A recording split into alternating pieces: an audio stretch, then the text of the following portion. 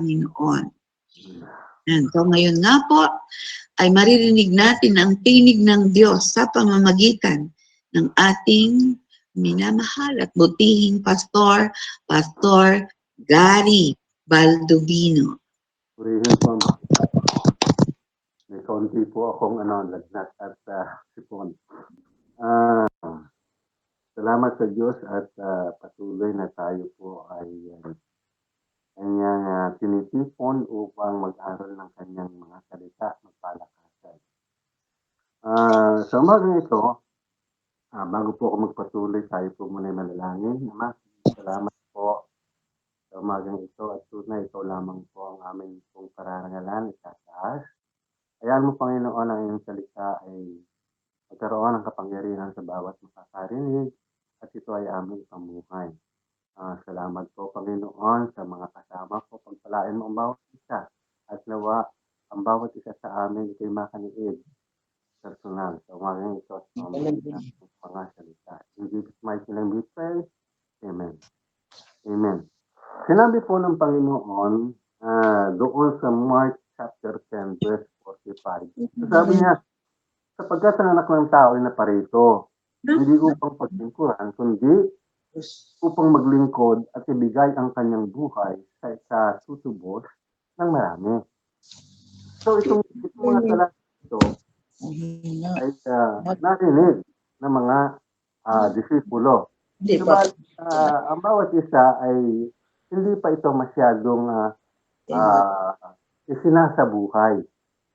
At nung gabi ang Panginoon ay mag-celebrate ng Paskwa o Last Supper, naroon yung tingnan natin yung senaryo kung ano ang nangyari doon. Everything ready for the Last Supper, naroon na yung tubig, naroon na yung palanggana na ito gagamitin.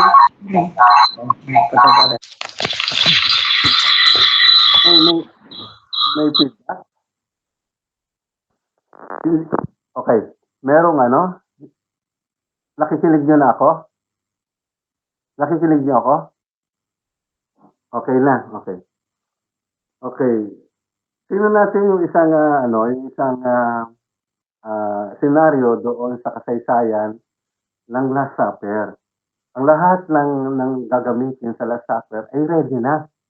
Naroon na yung palanggana, naroon na yung tubig, naroon na yung mga pagkain. Yung tubig na yon ay ginagamit para sa paghuhugas ng paa ng mga bisita. Subalit, isang man doon sa mga disipulo ay hindi nagkusa na maglingkod. Kaya kung ating babasahin yung chapter na yon doon sa chapter 13 ng aklat ng Juan, ay makikita natin na mismong ang Panginoong Jesus ay tumindig. Naglagay ng tuwalya dito sa kanyang bewang, kinuha yung palanggana, binusa ng tubig, at kanyang pinaghuhugasan ang paa ng kanyang mga disipulo. Kasi napansin ng Panginoon, ang bawat disciple ay nag-iintay na mayroong maglingkod sa kanila. Subalit walang maglingkod. Walang umakto ng paglilingkod. Kaya mismong ang Panginoong Jesus, kinuha niya. Sapagkat siguro nasa isip nila ay kinakailangan isa man sa amin ay i-practice yung sinasabi ng Panginoon na kinakailangan ang isang servant ay tunay na naglilingkod. Pero walang tumayo sa kanila. So, ang ginawa ng Panginoon, kinuha na nga yung palanggana, hinugasan ang bawat isa. Alam niyo kung bakit nagkaganon? Siguro, each of one ay nag-a-assume doon sa kanyang position bilang isang disipulo. Pero hindi nila alam na the highest position in grace will be attained by those who willingly serve.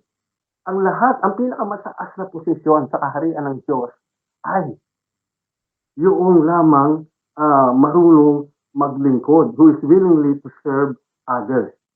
And that is, sabi nga ng Panginoon, that is, the greatest among you shall be your servant. Ang sino mang pinakadakila sa inyo ay siyang magiging tagapaglingkod.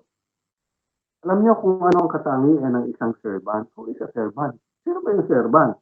Atin, tayong mga Kristiyano, mga manggagawa, itinuturing natin ang ating mga sarili na servant ng Panginoon. Ang servant po is the one who cares for the work and interest of his master. Ang isang servant ay nangangalaga, nag-aalala sa gawain ng kanyang Panginoon. And he is available to do what will please and profit his master. Ano man yung bagay na alam niya makalulugod sa kanyang Panginoon, ay gagawin niya. Yun yung isang servant. A servant of Christ is not embarrassed and be ashamed of his position.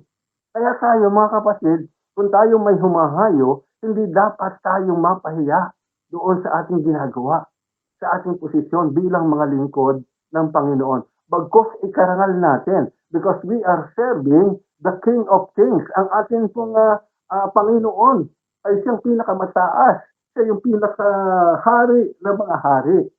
So, nangyayari pag kami sa ating Kristiyano, para bang tayo napakalilipis. Parang tayo napakalilipis. Pag kami pinuntahan, nagkakapa-uyu-uyuhan pa. O ikaw manalangin mamaya ha, ikaw ang asay. Ganon. Whenever na tayo ibigyan ng assignment, hindi po natin ginagawa ito sa tao. We do it. We do it to the King of Kings. Ginagawa natin ito doon sa ikaluluwalhati ng ating Panginoon. Kaya nga, nasanay po kami nung ako'y bago pa lamang, kukulbitin kami bigla ni Pastor, ay ka mananalangin. Mapapasingin na lang kami. Parang kami under training noong mga panahong yon. Mapapatingin. At yun ay nagdala ko hanggang ngayon. Kumukulbit ako, ikaw ngayon, mga gawain. And one time, nadala ako rito eh. And one time, may kinulbit ako. Ikaw mananalangin. Tapos sabi niya, opo, Pastor, nanalaki naman. At doon in the middle of this prayer, ang sabi, opo, hindi ko talaga alam masasabihin. At bigla na lamang po siya. At bigla na lang po siyang natumba. Sabi ko, matay ba? Siguro sa hiya, hindi niya alam sasabihin.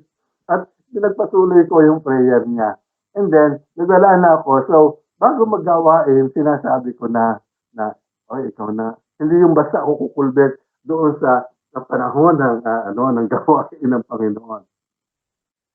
So, like Jesus, tayo po ng mga faithful servant niya ay nakalaan na maglingkod sa ating kapwa anytime. Anytime.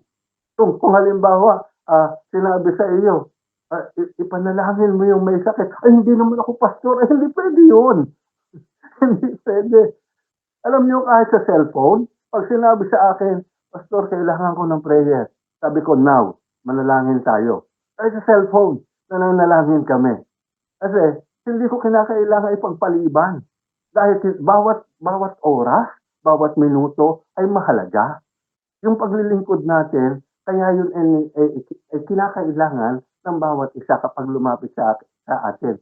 Meron nga kaming isang membro, mga 2 a.m. in the morning, meron siyang breast cancer. Kapag umaatake yung pain, tatawag niya sa akin, Pastor, ang sakit po. Mag-pray tayo. After the prayer, sasabihin niya, Pastor, nawawala po, nagsusubside. Sabi ko, trust the Lord. Magtiwala ka sa Panginoon, huwag sa akin.